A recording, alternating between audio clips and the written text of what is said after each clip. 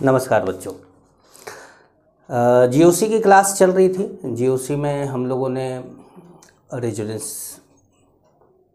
के बारे में कुछ जाना था।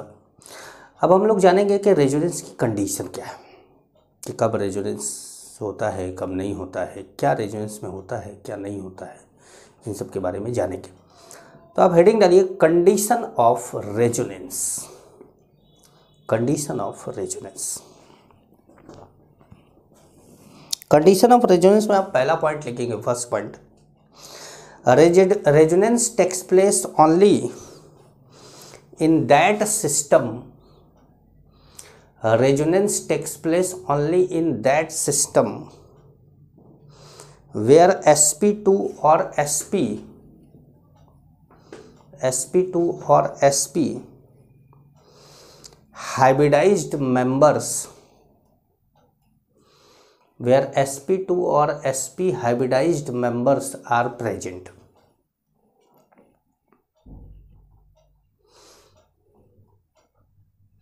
That means sp3 hybridized atom cannot participate in resonance. sp3 hybridized atom cannot participate in resonance. ठीक है। सेकेंड पॉइंट लिखिएगा, only pi electrons and lone pair can participate in resonance. Pi electron and lone pair can participate in resonance.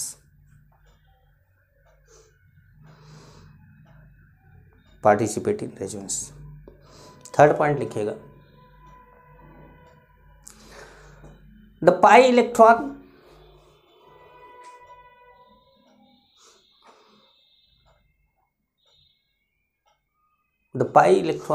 or lone pair participating in resonance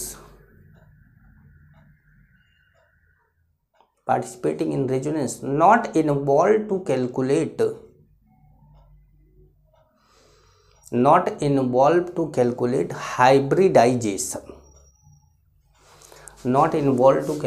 hybridization. जैसे मान लीजिए कि आपके पास है CH2 CH CH H minus.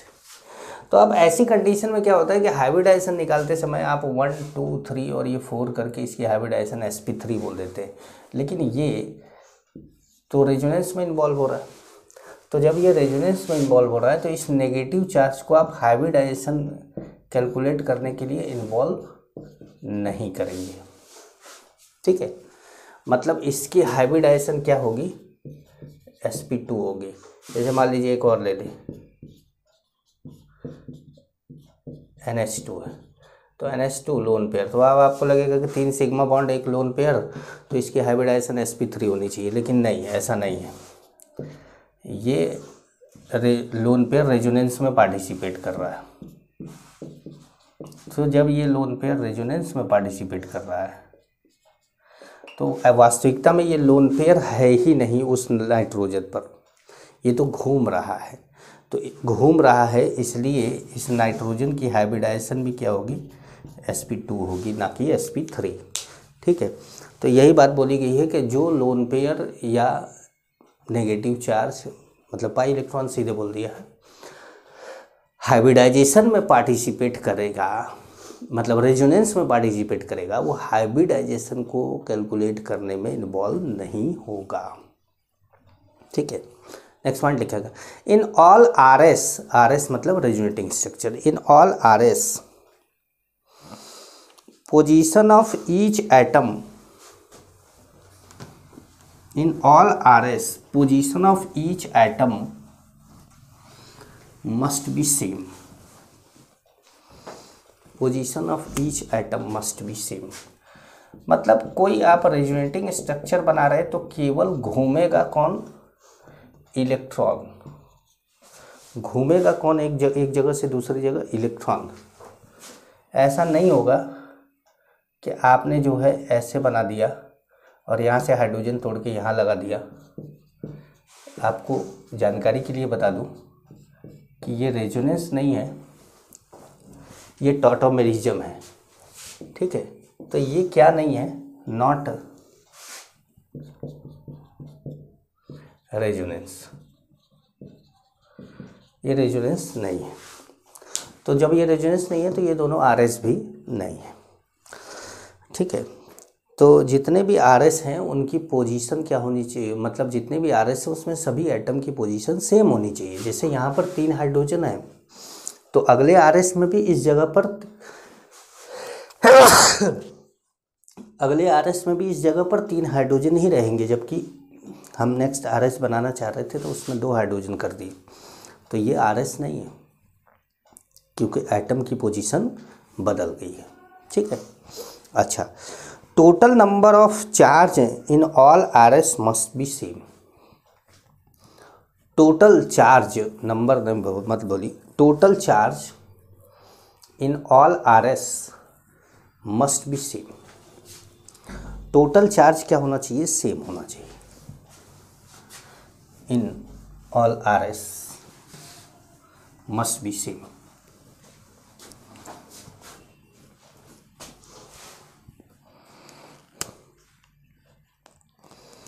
ठीक है, जैसे देखिए CH2 double bond CH double bond CH2, यहाँ पे नेट चार्ज क्या है, 0 है। अब इसका रिजल्टिंग स्ट्रक्चर बनाने के लिए इसको ऐसे तोड़ दिया, यहाँ पे बन गया प्लस, यहाँ पे बन गया माइनस, सॉरी यहाँ पे बन गया माइनस। तो अभी भी एक प्लस एक माइनस अगर देखा जाए तो नेट चार्ज क्या है, 0 है। तो दोनों में चार्ज क्या हो गया, बराबर हो गया। दोनों में चार्ज क्या हो गया, बराबर हो गया। पहला एग्जांपल, दूसरा एग्जांपल भी ले लेते हैं। जैसे मान लीजिए कि आपके पास है CH2 CH CH2 माइनस और आपने इसको ऐसे तोड़ दिया।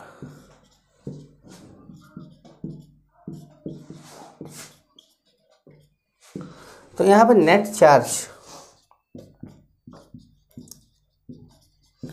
-1 है और यहाँ भी नेट चार्ज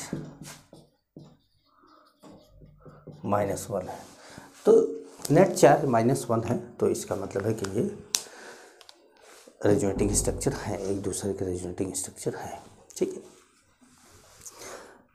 नेक्स्ट पॉइंट लिखिएगा, नंबर जो भी हो आपका 5वां या 6ठा। देखिए, total number of unpaired electrons,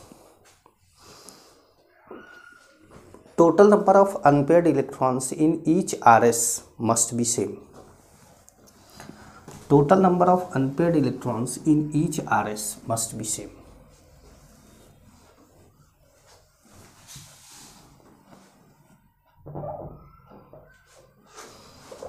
total number of unpaired electron in each RS must be same. मान लीजिए कि आपने एक आरएस बनाया, इसको तोड़ के ये बनाया।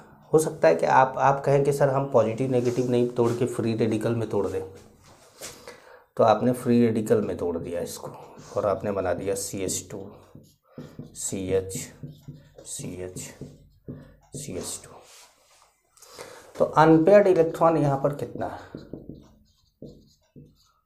इलेक्ट्रॉन्स यहाँ पे 0 है। अनपेयर्ड इलेक्ट्रॉन्स यहाँ पर कितना है, 0 है। क्यों भाई, यहाँ पर तो कोई चार्ज नहीं है तो कोई अनपेयर्ड इलेक्ट्रॉन नहीं है। यहाँ पर तो क्या है, पॉजिटिव चार्ज है तो इसमें तो कोई इलेक्ट्रॉन नहीं है, और नेगेटिव चार्ज में 2 इलेक्ट्रॉन होता है, मतलब वो पेयर्ड है, अनपेयर्ड नहीं है। लेकिन ऑड इलेक्ट्रॉन में तो क्या होता है, एक इलेक्ट्रॉन होता है ना। तो अनपेयर्ड इलेक्ट्रॉन कितना हो गया, 2 हो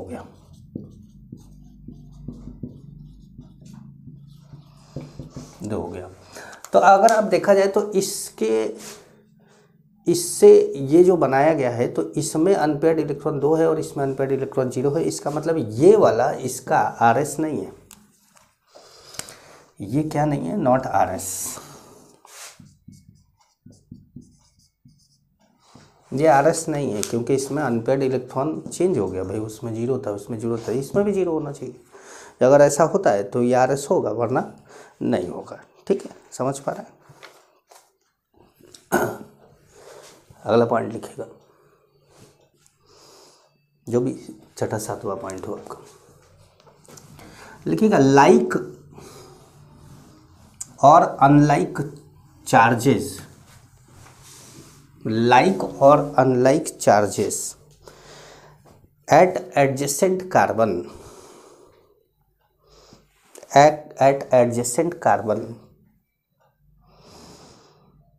make structure highly unstable, make structure highly unstable, and such structure are not accepted as RS,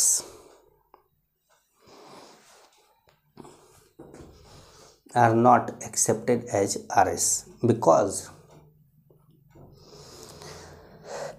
charge creation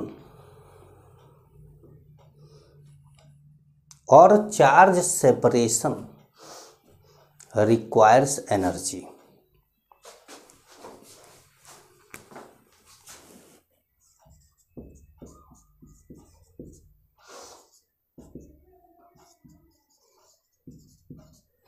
ये आप चार्ज क्रिएशन कर रहे हैं,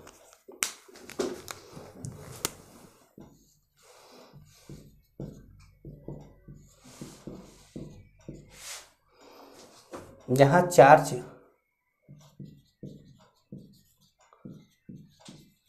सेपरेशन, अब ये चार्ज सेपरेशन क्यों बोला जा रहा है? अच्छा बताइए कि अगर आपने पॉजिटिव नेगेटिव तोड़ा तो ये तुरंत जोड़ के पॉजिटिव नेगेटिव फिर बॉन्ड नहीं बना देंगे? मैं समझाता हूँ। जैसे मान लीजिए कि आप नॉर्थ पोल और साउथ पोल मैग्नेट का पास ले जाए तो क्या होगा? चिपक जाएगा। आप उसको दूर रखना चाहते हैं, छोड़ते ही चिपक जाएगा। आप उसको दूर रखना चाहते हैं तो दूर रखने के लिए आपको पकड़े रखना होगा। अब पकड़े रखने के लिए आपकी एनर्जी खर्च होगी भाई, खड़े रहोगे ऐसे पकड़ के तो एनर्जी क्या होगी? खर्च होगी। तो चार्ज सेपरेशन मतलब चार्ज को दूर रखने से भी क्या होगा? एनर्जी लगती है, और चार्ज क्रिएट करने में भी एनर्जी लगती है। तो इन दोनों केस में एनर्जी लगने पर charge creation and charge separation requires energy, और इन दोनों केस में एनर्जी लगने पर उस स्ट्रक्चर की एनर्जी बहुत हाई हो जाती है। हाई हो जाती है तो स्टेबिलिटी क्या हो जाती है? कम हो जाती है, क्योंकि स्टेबिलिटी जो है वो इनवर्सली प्रोपोर्शनल टू होता है एनर्जी के। तो अगर आप किसी को एनर्जी दे देंगे तो उसकी एनर्जी बढ़ जाएगी, उसकी एनर्जी बढ़ जाएगी तो स्टेबिलिटी क्या होगी? घट जाएगी। ठीक है। चार्ज सेपरेशन एंड ये दोनों ही एनर्जी रिक्वायर्ड होती है दोनों को, और एनर्जी रिक्वायर्ड होने के कारण ये नहीं माने जाते, अनस्टेबल माने जाते हैं। ठीक है। अब जैसे आपको बोला जाए कि सर आपने ये भी तो बनाया था, लेकिन बेटर सिचुएशन, ये क्या है? बेटर सिचुएशन है, इतना नज़दीक भी नहीं है ना, एकदम एडजेसेंट पॉइंट पे तो है नहीं, तो ये बेटर सिचुएशन है। ये क्या है? Better situation. तो अब अगर आपसे बोला जाए कि क्या, जैसे CH2 मतलब कार्बन ऐसे कर लेते हैं, C+, C+, C-, C-, C+, C-, जैसे मान लो CH2 CH CH CH2, यहाँ पे आपने प्लस कर दिया, माइनस कर दिया, प्लस कर दिया, माइनस कर दिया, ऐसे बना दिया। मतलब दोनों बॉन्ड को अब आप ऐसे नहीं कि आप इसको भी तोड़ दिए, कि भैया इधर कर देते हैं माइनस और इधर कर देते हैं प्लस, इसको भी तोड़ दिए, तो अब क्या हो गया, सब एडजेसेंट पर आ गया। ठीक है, तो ये एक्सेप्टेबल नहीं है। जैसे मान लीजिए आपने कर दिया CH2 माइनस CH प्लस और कहा कि सर एक को नहीं तोड़े हैं, ये सब एक्सेप्टेबल नहीं है।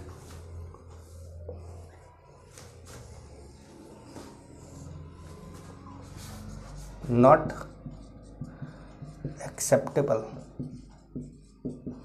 ये एक्सेप्टेबल नहीं है। ठीक है, हाईली अनस्टेबल,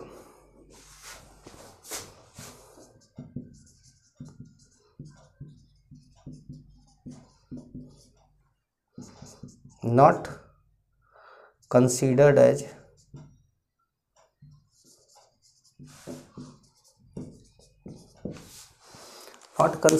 RS, ये RS कंसीडर ही नहीं किए जाते। ये RS कंसीडर नहीं किए जाते, समझे, ध्यान रखिएगा। अब बात करेंगे स्टेबिलिटी ऑफ रेजोनेटिंग स्ट्रक्चर की। लिखिएगा stability of RS resonating structure. Stability of resonating structure, stability of resonating structure, heading डाल लीजिए स्टेबिलिटी ऑफ रेजोनेटिंग स्ट्रक्चर और ब्रैकेट में लिखिएगा फॉर सेम RH, मतलब कंपाउंड एक ही होगा, उसके अलग अलग रेजोनेटिंग स्ट्रक्चर होंगे। ठीक है, तो अलग अलग रेजोनेटिंग स्ट्रक्चर होंगे। पहला पॉइंट आपको, जैसे मैं पॉइंट बताते जाऊँ इसी तरीके से आपको फॉलो भी करना है। पहले यही अप्लाई करना है, फिर दूसरा अप्लाई करना है, फिर तीसरा अप्लाई करना है, ऐसे करके आपको अप्लाई करना है। ठीक है, तो पहला लिखिएगा neutral RS are more stable than charged RS. Neutral RS are more stable than charged RS.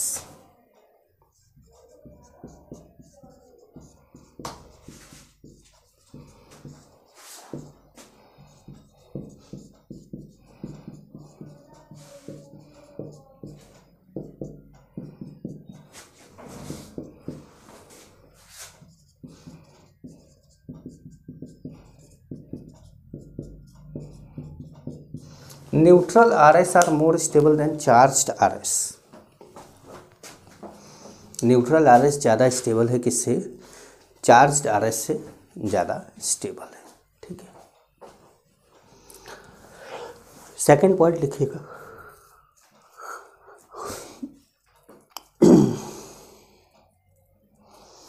The RS with higher number of covalent bond, the RS with higher number of covalent bond is more stable. The RS with higher number of covalent bond is more stable. जिसमें ज़्यादा covalent bond हो वो ज़्यादा stable माना जाएगा। तो अब जैसे देखिए यही एग्जाम्पल को अगर देखें आप, तो हाइड्रोजन तो सब में फिक्स है, तो हाइड्रोजन और कार्बन का तो कोवलेंट बॉन्ड टूटा नहीं है, तो वो तो जितना नंबर होगा उतना ही होगा। लेकिन कार्बन कार्बन के बीच का गिन लेते हैं, यहाँ पे कितना है, 2 बॉन्ड है, यहाँ पे 1 बॉन्ड है, यहाँ पे 2 बॉन्ड है, तो यहाँ टोटल 5 बॉन्ड है। यहाँ पे 1 है, यहाँ 2 है, यहाँ पे 1 है, तो ये कितने 4 बॉन्ड है, यहाँ पे 5 बॉन्ड है। तो आप सेकंड वाले में भी ऐसे ही यही बना के लिख लीजिएगा कि stability of first is higher than second. Second point में भी आपको यही बात लिखनी होगी।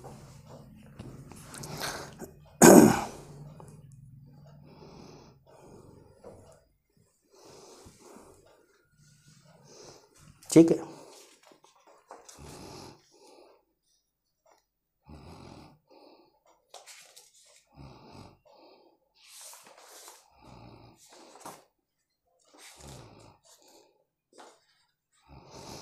अच्छा थर्ड पॉइंट लिखेगा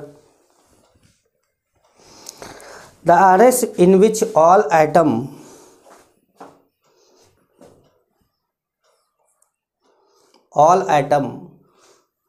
have complete octet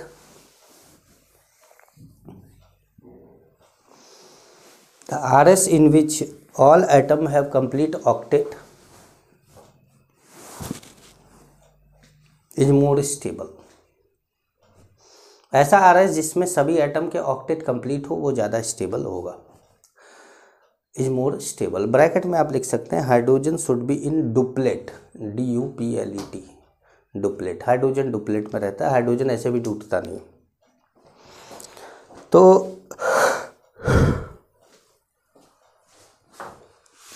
जिस RS का ऑक्टेट पूरा होगा वो ज़्यादा स्टेबल होगा, और जिस RS में एटम का ऑक्टेट नहीं पूरा होगा वो कम स्टेबल होगा। फोर्थ पॉइंट लिखेगा,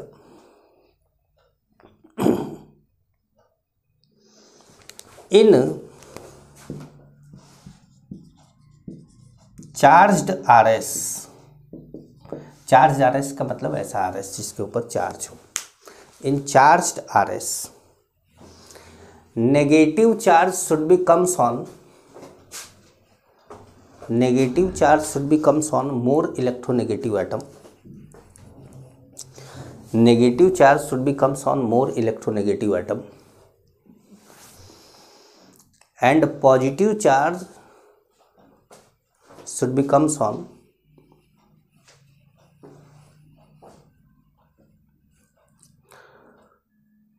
and positive charge should be comes on less electronegative atom, positive charge should be comes on less electronegative atom।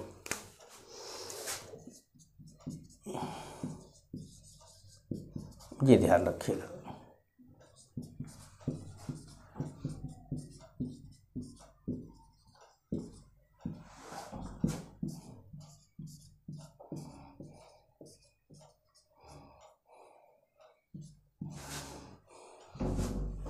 ठीक है भाई, ये ध्यान रखिएगा, ये ऑर्डर है इलेक्ट्रोनेगेटिविटी का। आपको ज़्यादातर ऑक्सीजन, नाइट्रोजन और कार्बन की ज़रूरत पड़ेगी, बाकी किसी की ज़रूरत नहीं पड़ेगी। एक मैंने ऑर्डर लिखवा दी, ठीक है। एक पॉइंट और लिखेंगे, मतलब पांचवा पॉइंट नहीं है, इसे नोट करके लिखेंगे। If there is contradiction between third and fourth point, if there is contradiction between third and fourth point, then third point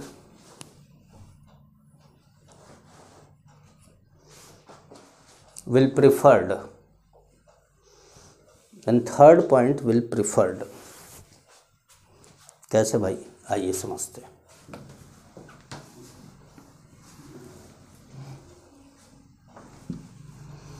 third point will preferred,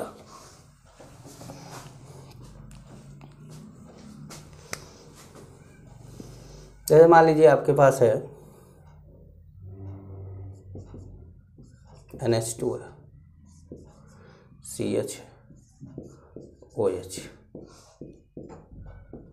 यहाँ पे पॉजिटिव चार्ज, ठीक। एक रेजोनेटिंग स्ट्रक्चर है जिसमें नाइट्रोजन ने अपना लोन पेयर दिया,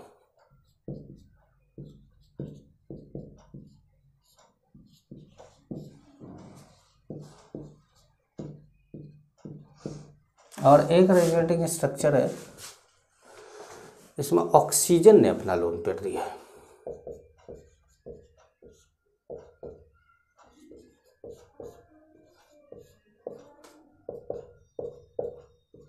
एक रेजोनेटिंग स्ट्रक्चर है जिसमें नाइट्रोजन ने अपना लोन पेयर दिया, और एक रेजोनेटिंग स्ट्रक्चर है जिसमें ऑक्सीजन ने अपना लोन पेयर दिया है। तो इन तीनों रेजोनेटिंग स्ट्रक्चर में 1, 2 and 3, इन तीनों रेजोनेटिंग स्ट्रक्चर में आपको ऑर्डर में अरेंज करना है कि स्टेबिलिटी का ऑर्डर बताइए। स्टेबिलिटी का ऑर्डर बताइए। तो अब देखिए, आपको ऐसा तो नहीं है कि अनचार्ज is more stable than charged, यहाँ पे सब चार्ज्ड हैं। अब आप दूसरे पॉइंट से को भी अप्लाई कर सकते हैं। दूसरा पॉइंट क्या था, higher the number of covalent bond more will be the stability. तो यहाँ पे कोवेलेंट बॉन्ड कितना है, 1, 2, ठीक है। यहाँ पे कितना है, 2 + 1, 3, तो यहाँ पे 3 है, यहाँ पे 2 है, और यहाँ पे भी कितना है, 3 है। तो इसका मतलब है कि इन दोनों का स्टेबिलिटी इससे ज़्यादा है। ये तो सेकंड पॉइंट से क्लियर हो गया। थर्ड पॉइंट से भी क्लियर कर देते हैं। देखिए इसका ऑक्टेट नहीं पूरा है, मैंने आपको बताया था कि कब ऑक्टेट पूरा होगा कब नहीं होगा, ये बताया था। इसका ऑक्टेट नहीं पूरा, इसका ऑक्टेट पूरा है, इसका भी यहाँ पे सबका ऑक्टेट पूरा है, यहाँ भी सबका ऑक्टेट पूरा है, यहाँ पे ऑक्टेट नहीं पूरा है। तो मतलब अभी भी वो दोनों इससे ज़्यादा स्टेबल है। तो इसका मतलब है कि फर्स्ट तो लास्ट है। अब पहले कौन आएगा, या तो सेकंड आएगा या तो थर्ड आएगा। तो अब फोर्थ पॉइंट पे आइए। Negative charge should be comes on more electronegative atom, लेकिन नेगेटिव चार्ज तो इस पे है ही नहीं, तो आगे आते हैं। And positive charge should be comes on less electronegative atom. तो नाइट्रोजन पे पॉजिटिव चार्ज है, ऑक्सीजन पे पॉजिटिव चार्ज है, दोनों में लेस इलेक्ट्रोनेगेटिव कौन है? तो दोनों में लेस इलेक्ट्रोनेगेटिव है नाइट्रोजन। तो इसका मतलब है कि नाइट्रोजन पे पॉजिटिव चार्ज आके सही हुआ है और वो ज़्यादा स्टेबल है। सेकंड के बाद थर्ड और थर्ड के बाद फर्स्ट, ये ऑर्डर होगा। समझ पाए?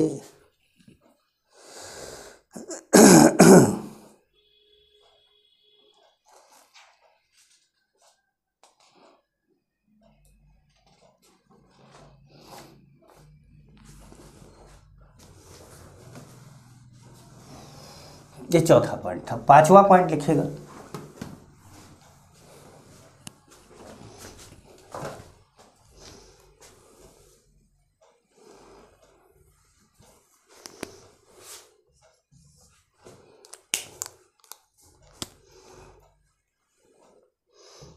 If charge separation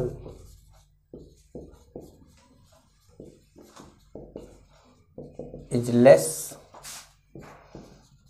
but not adjacent, ऐसा नहीं हो कि लेस का करने का मतलब आप अगल बगल लेकर आ जाए। If charge separation is less than stability will be more। अगर चार्ज सेपरेशन लेस है चार्ज सेपरेशन लेस है तो स्टेबिलिटी क्या होगी, ज़्यादा होगी। अब जैसे ये समझा देते हैं, ध्यान से समझिएगा।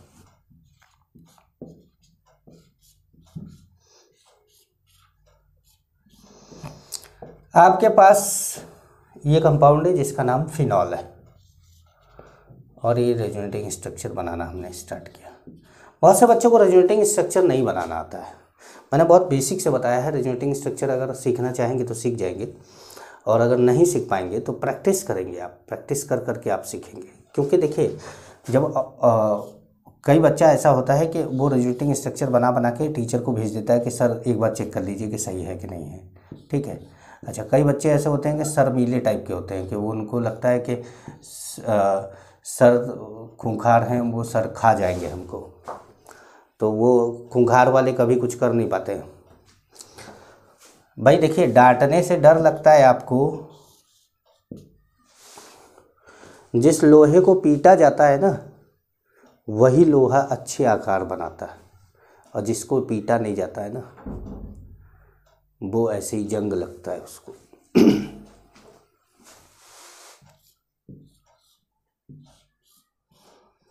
तो आपको कई लोगों को क्या है कि जैसे कई बच्चे डाउट वाउट पूछते हैं, उनको अगर मैं बोलूँ कि ये पढ़ो, इसको समझो, तो उनको लगता है कि हमको डायरेक्ट डाउट नहीं बता रहे हैं, हमको ये पढ़ने को बोल देते हैं। एक्चुअली क्या है कि वो पढ़ने से ही डाउट आ जाएगा आपका, और मेरे बताने से आप केवल वही डाउट सीख पाएंगे। लेकिन अगर आप वो पढ़ते हैं तो उस टाइप की सारी चीज़ें आपकी आएगी। कारण बस इतना रहता है, ऐसा नहीं रहता हमको तो डाउट बताना है हम तो बता ही देंगे, लेकिन हम स्ट्रिक्ट थोड़ा सा इसलिए रहते हैं ताकि आप में केवल वो कमी ना दूर हो, उस तरह की जितनी भी चीज़ें हों वो सारी कमियां आपकी दूर हो जाए। चलिए अच्छा आगे बढ़ते हैं। अब जैसे यहाँ पर थोड़ा सा इसको हमने थोड़ा ऐसे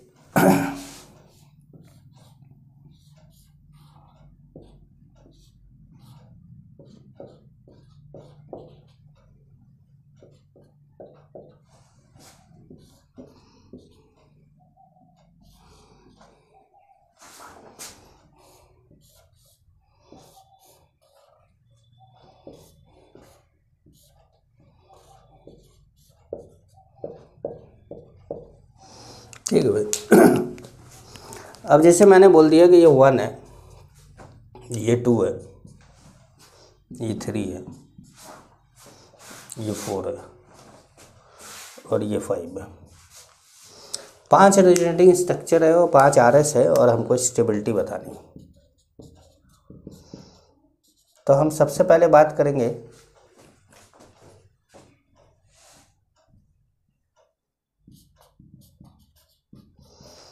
कि जो अनचार्ज होगा उसकी चार्ज से ज़्यादा स्टेबिलिटी होगी। मतलब फर्स्ट एंड लास्ट क्या अनचार्ज है, और दोनों सेम भी है, दोनों क्या है सेम भी है, बस ये अल्टरनेट डबल बॉन्ड की पोजीशन बदल गई है। तो यहाँ पर फर्स्ट इज इक्वल टू क्या है 4/5 है और वो सबसे आगे भी है।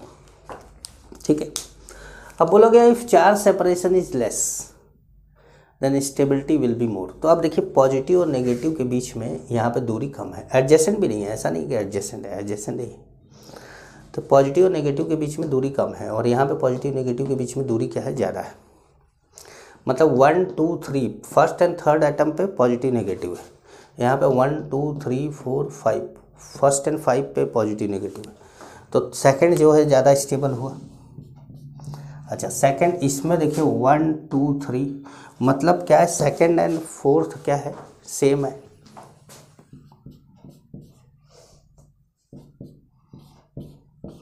इसके बाद क्या आ जाएगा थर्ड आ जाएगा। तो ये बात का ध्यान रखिएगा। अच्छा बेंजीन रिंग के ऊपर जितने भी लोन पेयर वाले आएंगे, चाहे फ्लोरीन आ जाएगा, चाहे ऑक्सीजन आ जाएगा, चाहे क्लोरीन आ जाएगा, उन सब का यही ऑर्डर होगा, उन सब का यही ऑर्डर होगा। मतलब बेंजीन रिंग पर कोई भी बेंजीन रिंग पर कोई भी स्पीशीज लगेगी तो उसका ऑर्डर यही आपको मिलेगा हमेशा। ठीक है, तो ये बात का आप थोड़ा ध्यान रखेंगे। If charge separation is less. ठीक है, अब ये तो बात हुई किसकी RS की, स्टेबिलिटी ऑफ RS। अभी तक हम बात कर रहे थे एक ही कंपाउंड के अलग अलग रेजोनेटिंग स्ट्रक्चर की। अब बात करेंगे अलग अलग कंपाउंड की, मतलब अब हम क्या करेंगे स्टेबिलिटी ऑफ RH ना करके RS करेंगे। तो आप लिखेंगे stability of real hybrid, stability of real hybrid मतलब RH।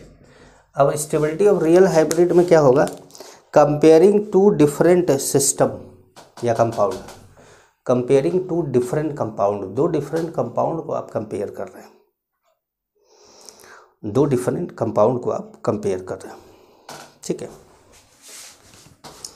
तो पहला पॉइंट इसमें लिखेंगे लार्जर कंजुगेटेड सिस्टम, बड़ा conjugated system, larger conjugated system is more stable if nature of conjugation are same, if nature of conjugation are same।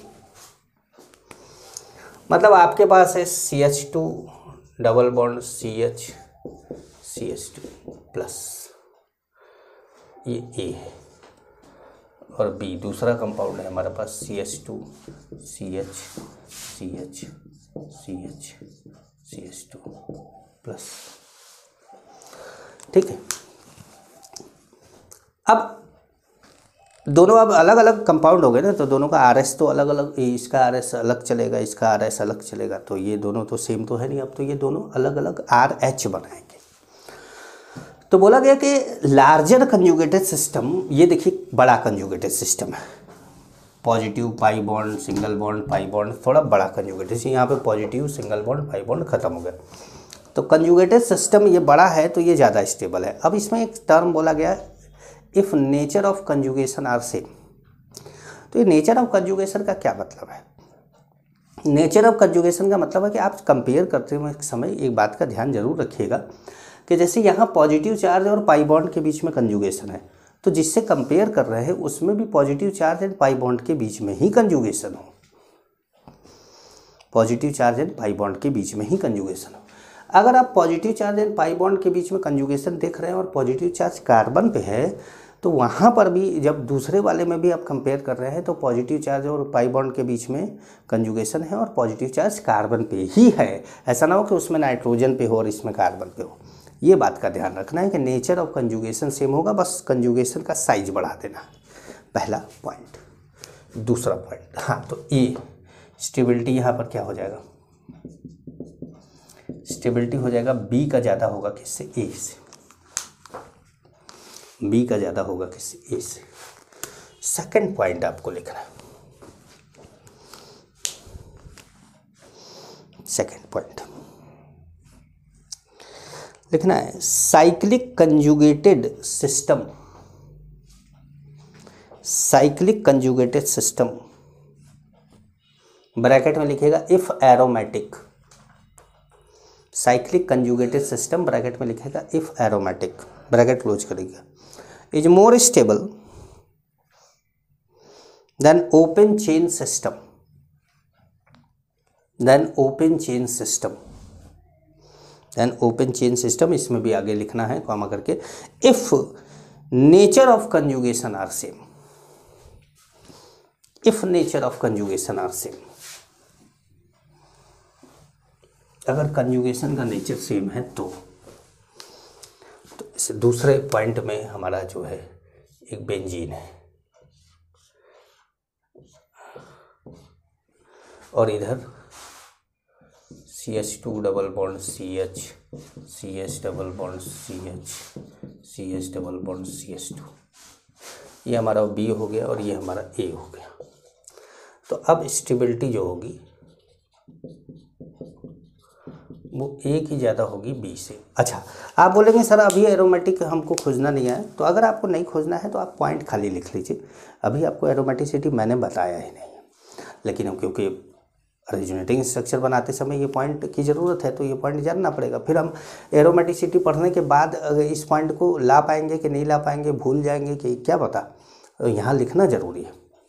ठीक है, तो आप देखिए नेचर ऑफ कंजुगेशन क्यों सेम है, क्योंकि यहाँ पाई बॉन्ड के बीच में कंजुगेशन है, यहाँ भी पाई बॉन्ड के बीच में कंजुगेशन, यहाँ भी 3 पाई बॉन्ड है, यहाँ भी 3 पाई बॉन्ड है। यहाँ पे हमने स्मॉलर लार्जर नहीं किया, कंजुगेशन का साइज सेम रखा, 3 पाई बॉन्ड, बस यहाँ पर रिंग कर दिया, यहाँ पे ओपन चेन कर दिया। दूसरा पॉइंट तो यही था ना भाई। तीसरा पॉइंट कहता है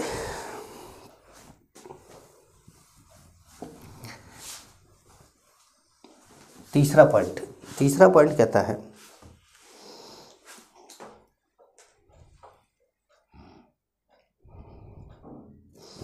linear conjugation is more stable then cross conjugation, CROSS, cross conjugation. Linear conjugation is more stable then cross conjugation. ठीक है, तो अब देखिए ये लीनियर कंजुगेशन और क्रॉस कंजुगेशन होता क्या है। जैसे मान लीजिए कि आपके पास है CH2, CH, C, CH, CH2, CH2 और यहाँ पर है CH2, CH, CH, CH, CH, CH2। ये A है, ये B है, ये लीनियर है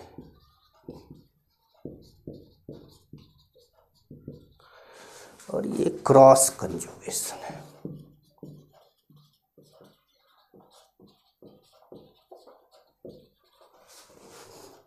क्रॉस कंजुगेशन जैसे मान लीजिए कि अगर मैं इस पाई बॉन्ड को 1 बना दूं, इसको 2 बना दूं और इसको 3 बना दूं,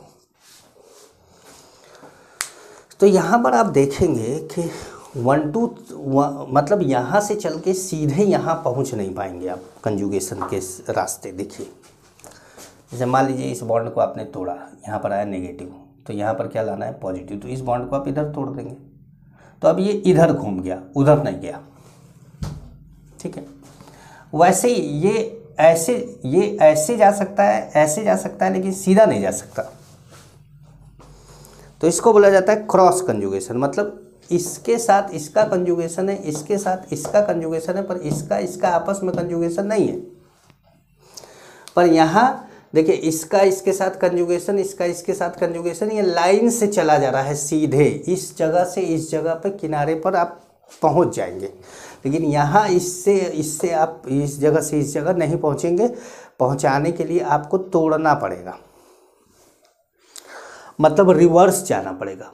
जैसे देखिए, यहाँ से आप यहाँ नेगेटिव ले आए, यहाँ पॉजिटिव आ गया, यहाँ नेगेटिव ले आए, यहाँ पॉजिटिव आ गया, ठीक है।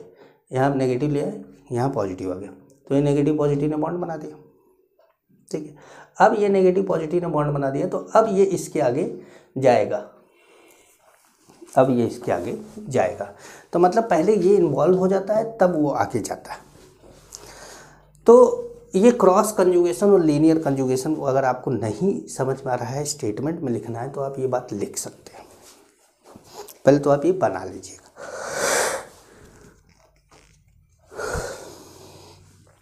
ठीक है। फिर क्रॉस कंजुगेशन एक छोटी सी हेडिंग डाल के लिखिएगा।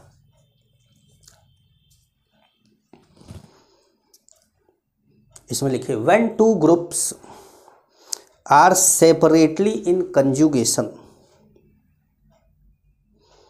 when two groups are separately in conjugation with third group। देखिए, मैंने नंबर भी वैसा ही दिया, 1 भी थर्ड से है, 2 भी थर्ड से है।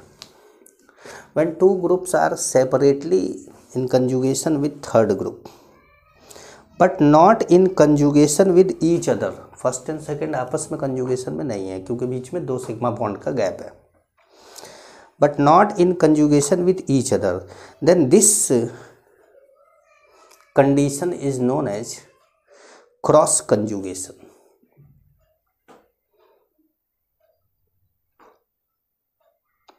ठीक है। अब स्टेबिलिटी की बात कर दीजिए।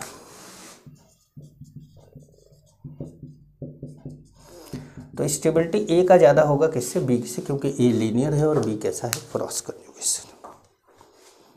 समझ पाए?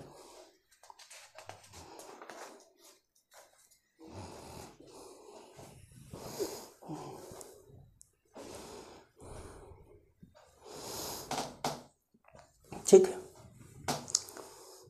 ये बात हुई रियल हाइब्रिड की, और वो बात होगी आरएस की। अब आप हेडिंग डालिएगा इक्वल और इक्विवेलेंट आरएस, इक्वल और इक्विवेलेंट आरएस, इक्वल और equivalent RS.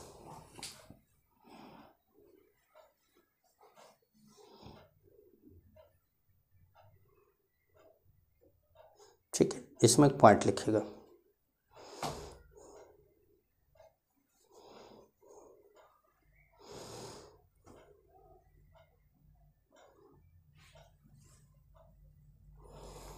When a compound form equal RS, when a compound form equal RS, then all RS are equal contributor, all RS are equal contributor to form RH, to form RH. All RS are equal contributor to form RH, and all RS have equal stability, same stability, say equal stability with equal energy.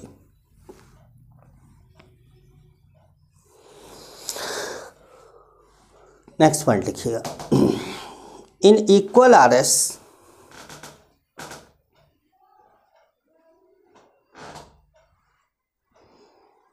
the bond, in equal RS, the bond participating in resonance, the bond participating in resonance are equal, participating in resonance are equal.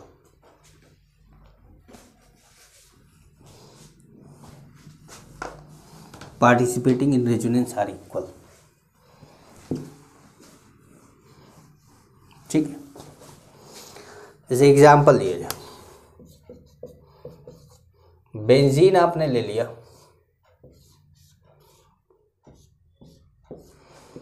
और दूसरा भी आपने benzene ही बना दिया, बस क्या है फ़र्क, दोनों में अल्टरनेट डबल बॉन्ड की पोजीशन को हमने ऐसे बदल दिया। ये क्या है, इक्वल आर एस। ये क्या है, equal R S. Equal R S बनता है तो इसका आर एच क्या होगा, आर एच बनाने के लिए आपको देखिए, अब हर जगह पे डबल बॉन्ड है। देखिए यहाँ डबल बॉन्ड है क्या, है, यहाँ डबल बॉन्ड है क्या, है, मतलब हर जगह डबल बॉन्ड है। तो आपको पार्शियल डबल बॉन्ड ऐसे दिखाना रहता है, जबकि हर जगह डबल बॉन्ड है तो ये पार्शियल डबल बॉन्ड दिखाने के चक्कर में ये सर्कल बन जाता है। ठीक है, अब यहाँ पे जब पार्शियल डबल बॉन्ड है, हर जगह पे सेम है, तो ये जो बॉन्ड लेंथ होता है, अगर मैं ऐसे बना के दिखाऊं आपको, तो ये 1.39 एंगस्ट्रम है और ये भी क्या है 1.39 एंगस्ट्रम है। मतलब बॉन्ड लेंथ दोनों का, चाहे डबल बॉन्ड हो चाहे सिंगल बॉन्ड हो, बॉन्ड लेंथ सेम है, क्योंकि ये डबल, ये कहीं एक स्ट्रक्चर में डबल है तो किसी में सिंगल है, ये भी डबल है तो सिंगल है, तो दोनों का बॉन्ड लेंथ क्या है, सेम है। और वो यहाँ से पता चलता है कि किसी भी बॉन्ड लेंथ को आप लेंगे तो क्या रहेगा, वो सेम रहेगा। ठीक है, जैसे और दूसरा एग्जांपल लेके बताया आपको इक्वल आर एस का।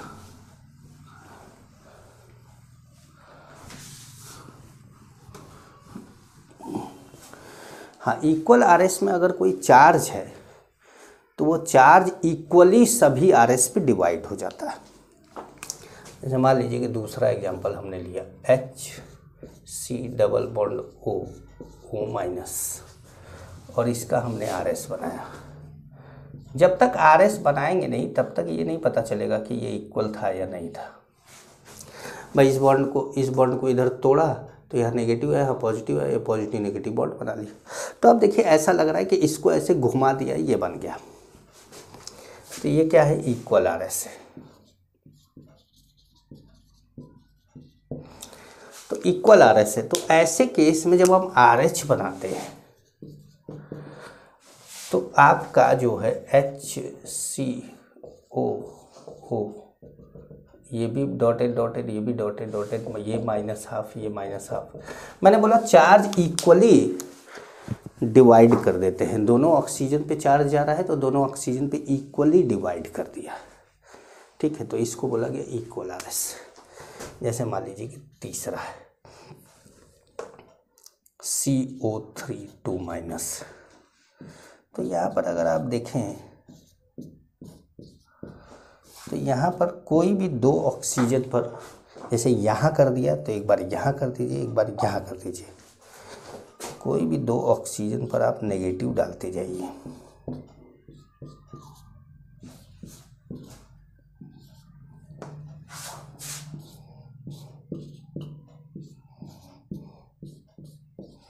ऐसे अब यहाँ पर क्या हो गया, 3 इक्वल आर एस है। अब यहाँ हर कार्बन ऑक्सीजन के बीच का जो बॉन्ड है वो सेम है। यहाँ पर भी कार्बन ऑक्सीजन के बीच की बॉन्ड लेंथ क्या है, सेम है, यहाँ पर भी सेम है। तो यहाँ पर जो आर एच बनाएंगे तो वो बनाएंगे आप ऐसे CO O O, और आप सब पे पार्शियल डबल बॉन्ड तो दिखा देंगे। पार्शियल डबल बॉन्ड दिखाने के बाद अब आप देखिए कि टोटल चार्ज इस पर कितना, -2, और ऑक्सीजन कितने हैं, 3। तो 3 ऑक्सीजन पे -2 चार्ज डिवाइड करा, तो इस पे भी आ गया -2/3, इस पे भी आ गया -2/3, और इस पे भी आ गया -2/3। तो ये सब पे -2/3 आ गया चार्ज। समझ पा रहे हैं? एक और एग्जाम्पल लेकर आपको बताते हैं। स्क्वायरिक एसिड का नाम आप लोगों ने सुना होगा या नहीं भी सुना होगा, तो मैं सुनाऊंगा। स्क्वायरिक एसिड, स्क्वायरिक एसिड का इक्वल आर एस बना के दिखाते हैं आपको। चौथा example,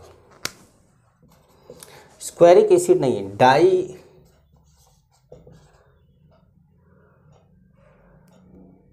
anion of squaric acid, di anion of squaric acid. ठीक है, अब ये जैसे स्क्वायरिक एसिड जो होता है, पहले स्क्वायरिक एसिड आपको बना के दिखा दें यहाँ पे, ये कहीं बना लीजिएगा आप लोग।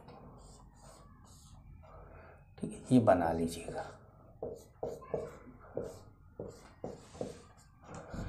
ये स्क्वायरिक एसिड है। अब इन दोनों का, ये दोनों H निकाल देंगे तो एनायन हो जाएगा। तो यहाँ बना देते हैं एनायन, वो स्क्वायरिक एसिड कहीं बना के लिख लीजिएगा। जैसे देखिए ये ऐसे इसने बना दिया,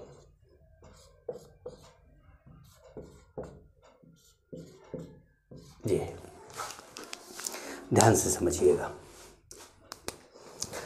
अब जब हम इसको तोड़ेंगे नेगेटिव, तो यहाँ पर आएगा पॉजिटिव, और हम इसको तोड़ेंगे नेगेटिव, इसको तोड़ेंगे नेगेटिव। ठीक है, तो ये बनेगा क्या,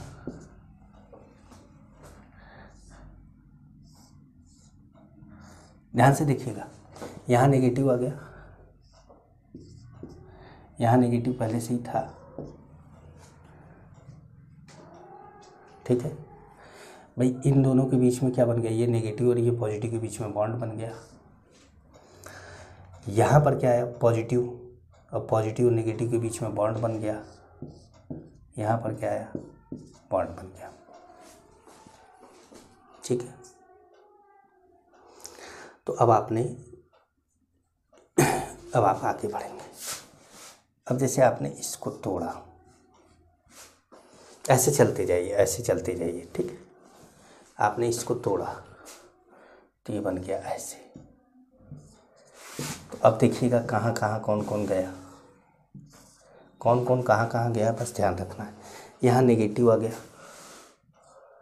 वो नेगेटिव, ये डबल बॉन्ड था, इसको डबल बॉन्ड ही रहने दो।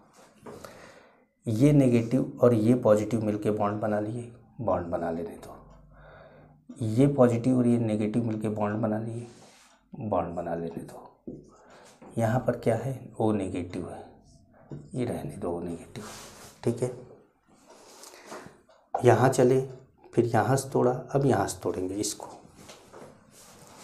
ये तोड़ा हमने, यहाँ नेगेटिव, तो यहाँ नेगेटिव, यहाँ पॉजिटिव आएगा तो यहाँ क्या लाना पड़ेगा, नेगेटिव। तो नेगेटिव लाने के लिए ऐसे करके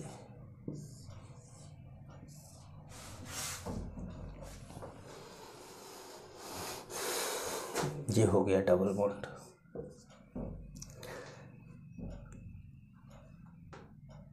ये हो गया ऐसे, ये माइनस, ये डबल बॉन्ड।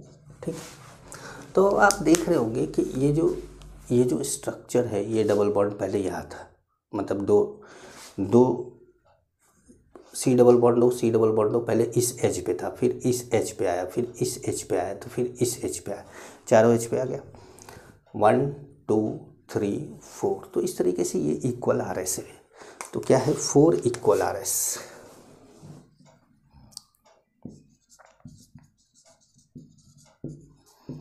इसलिए स्क्वेरिक एसिड को बहुत अच्छा एसिड माना जाता है, क्योंकि इसका जो एनायन है वो रेजोनेंस स्टेबलाइज्ड है।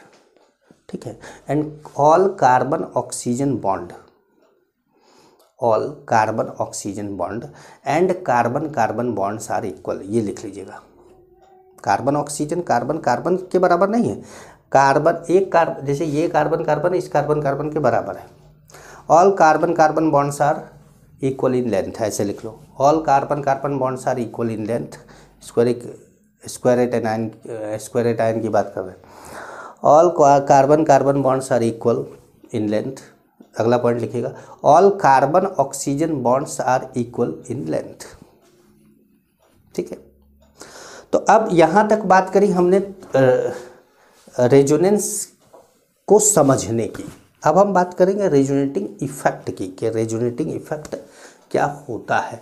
तो रेजोनेटिंग इफेक्ट को एक और नाम बोलते हैं क्या, मेसोमेरिक इफेक्ट। तो अब हम अगली क्लास में मिलेंगे तो आपको रेजोनेंट इफेक्ट या मेसोमेरिक इफेक्ट की बात की जाएगी। नमस्कार।